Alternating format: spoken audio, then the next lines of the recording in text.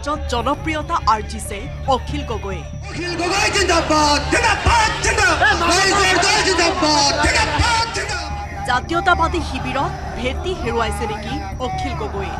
আমি খিলঞ্জীয়া মানুহৰ প্ৰত্যেক বিপদত থাকিম, কিন্তু এইবোৰ দালালি কথা।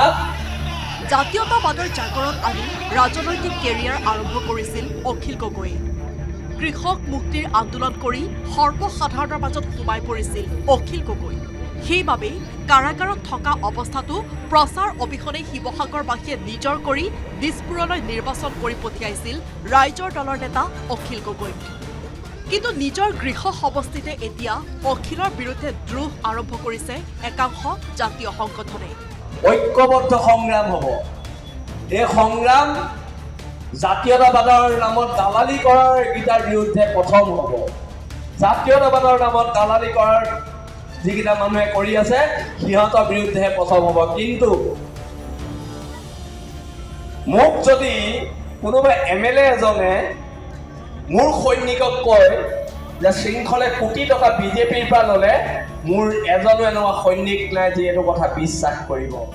শিৱসাগৰত নাম উল্লেখ নকৰাকৈ জাতীয় সংগঠনৰ নেতা শৃংখল চলিহাই কঠোৰ আক্ৰমণৰ লক্ষ্য কৰি ল'লে অখিল গগৈ। আমি GMCHত নাই, এচি ৰুমত, আমি জেলত আছোঁ, জেলত।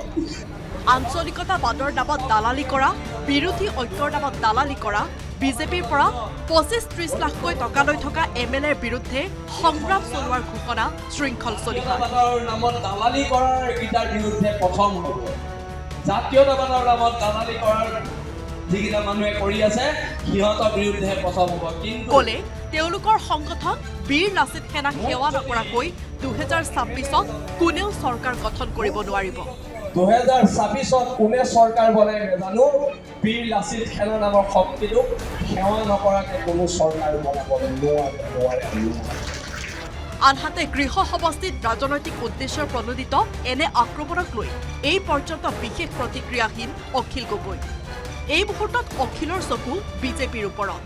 যিমান প্ৰতিশ্ৰুতি দিছে এটা প্ৰতিশ্ৰুতি পূৰণ কৰা নাই বিজেপি। শিৱসাগৰৰ পৰা প্ৰদীপ গগৈৰ সহযোগত bureau' report, news 18 Assam north east.